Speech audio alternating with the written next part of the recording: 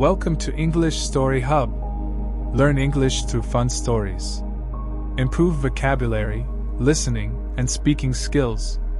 Like, subscribe, and keep learning with us. Hitler Studies. A Field of Amateurs. Part 3.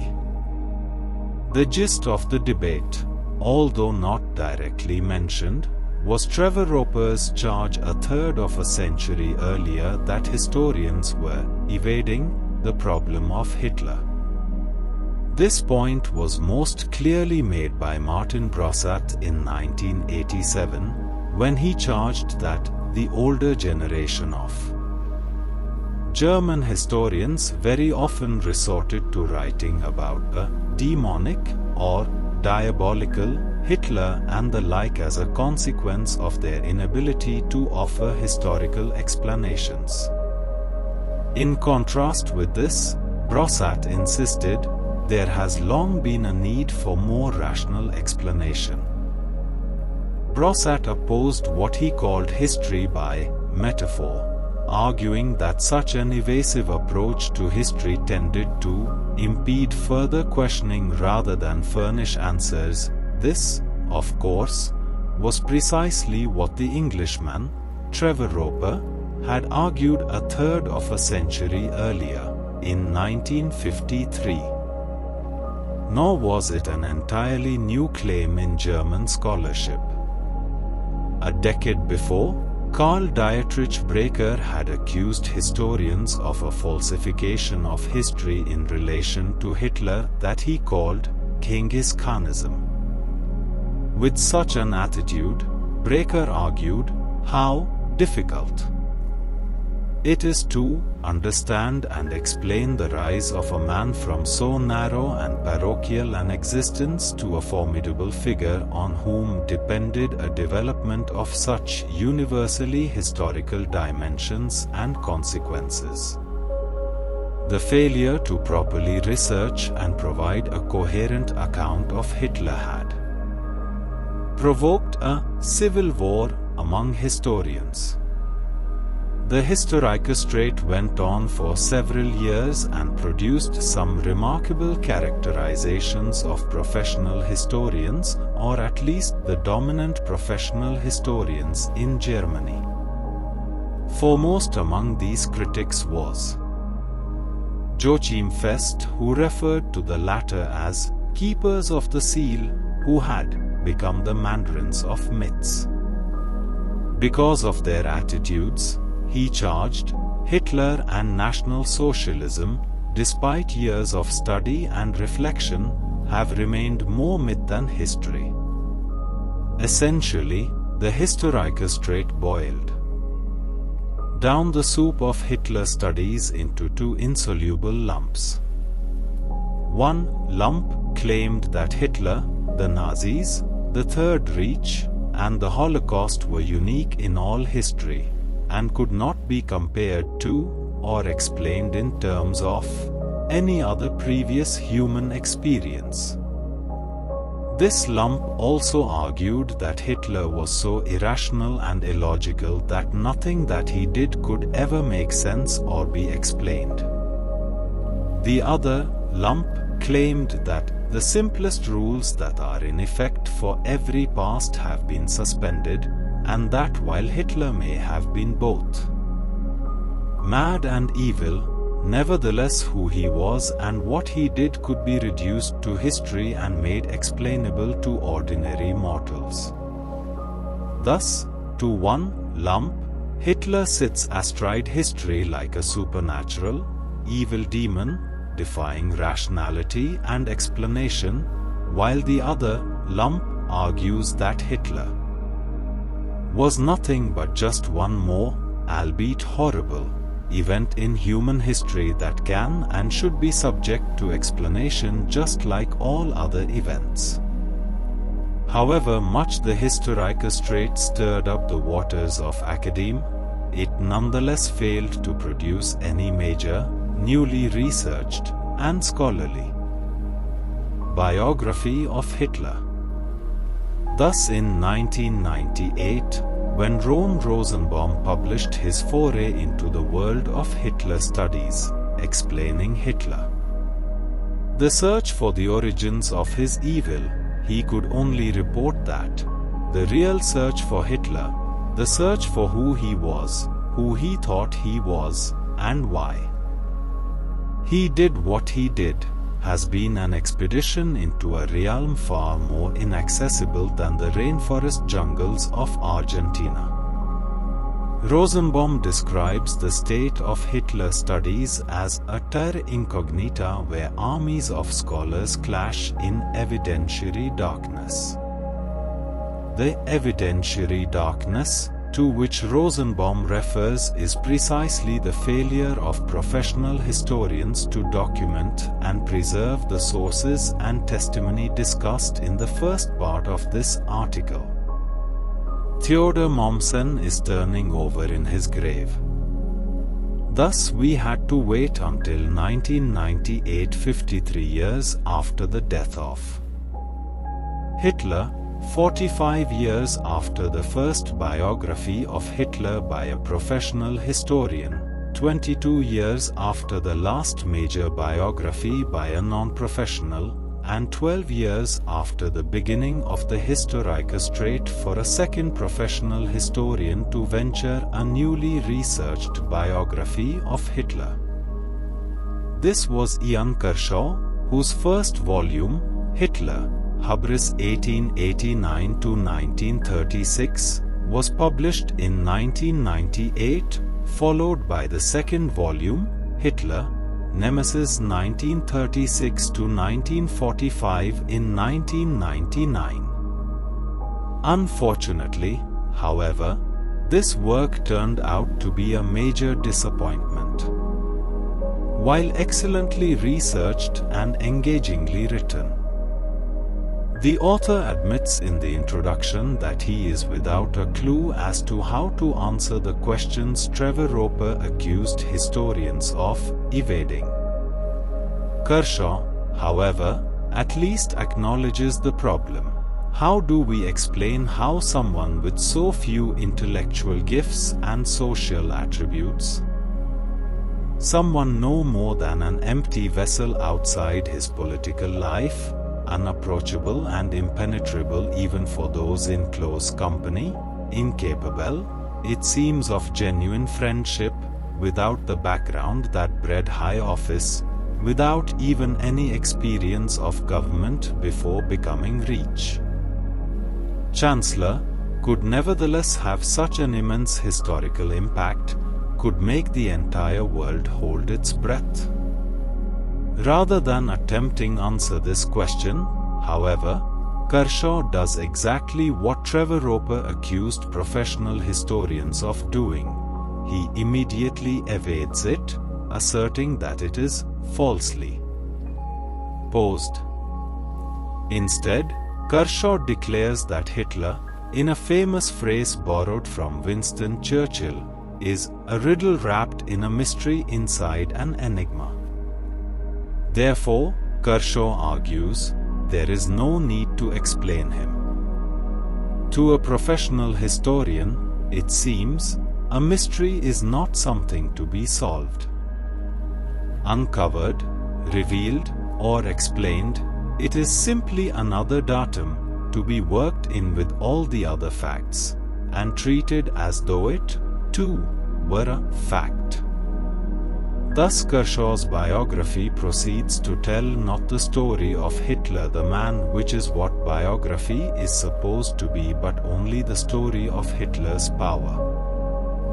The character of his power, the power of the Führer, Kershaw's emphasis. In other words, Kershaw treats Hitler as nothing more than the effects he caused, insisting mysteriously that there was no one behind the effects. When Kershaw seeks to go behind the power of the Führer to explain who this man was and how he did it, he finds nothing, only what he calls a void or a black hole. There was no private life for Hitler, he insists. Kershaw fails not only to provide a coherent narrative, but insists that the most stupendous effects of the 20th century were all caused by the little man who wasn't there.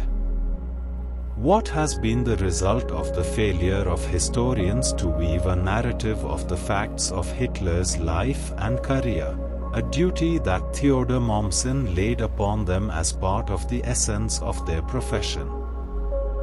It is that Adolf Hitler continues to stand athwart the stream of history as the most mysterious man who ever lived, frustrating all efforts of the best and wisest academicians of the age to explain him or to fit the experience of the 20th century into narrative history.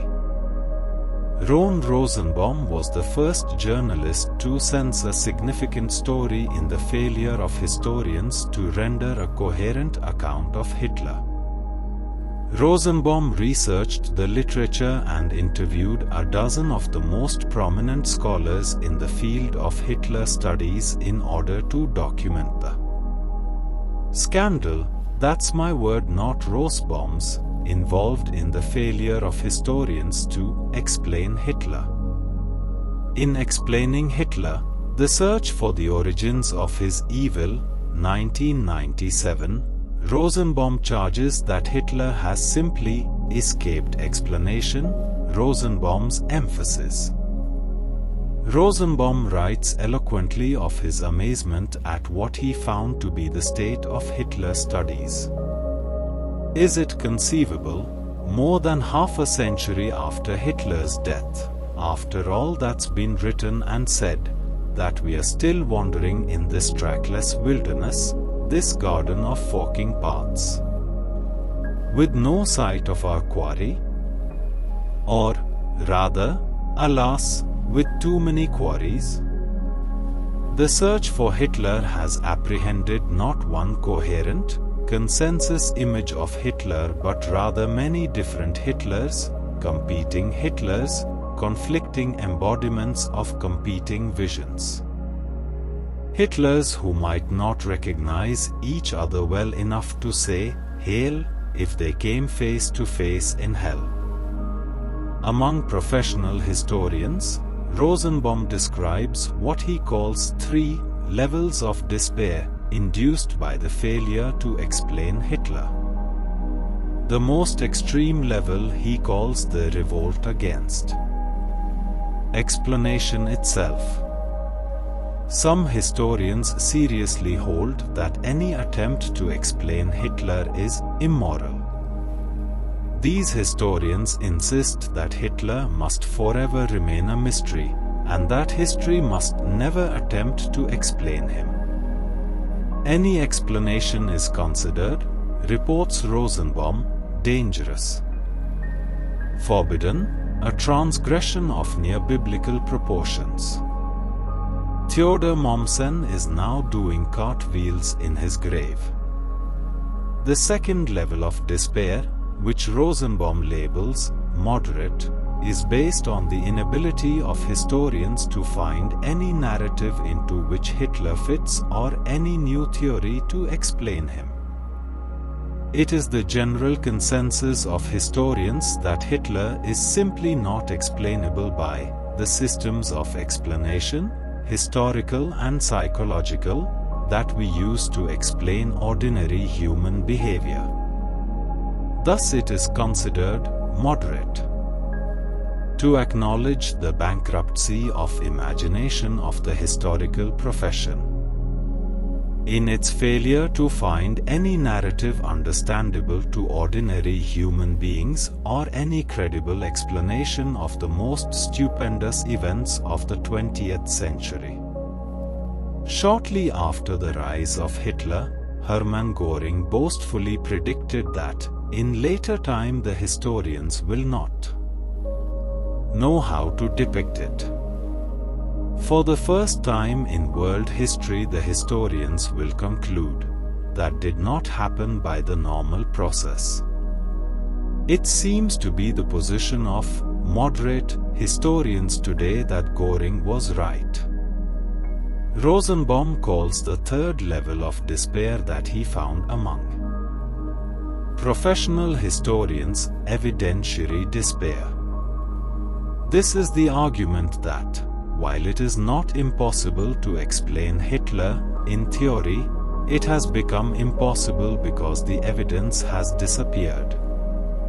In other words, historians excuse their profession for its collective failure to explain Hitler by arguing that, while the possibility may once have existed, it is no longer possible because too many crucial witnesses have died without giving testimony, because too much evidence was not collected in time, or because too many memories have faded.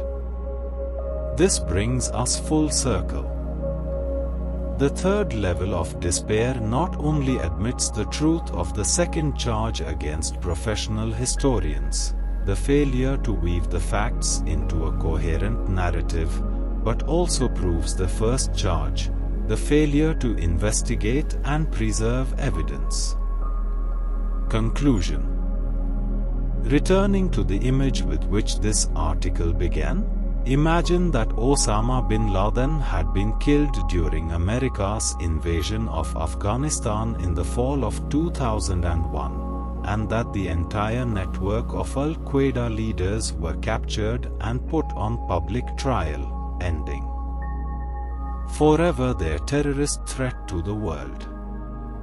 Imagine further that all of the records of Al-Qaeda were captured and made available to scholars, including thousands of pages of writings by Osama bin Laden himself, as well as large numbers of books, memoirs, and reminiscences by his childhood friends, associates, and confederates.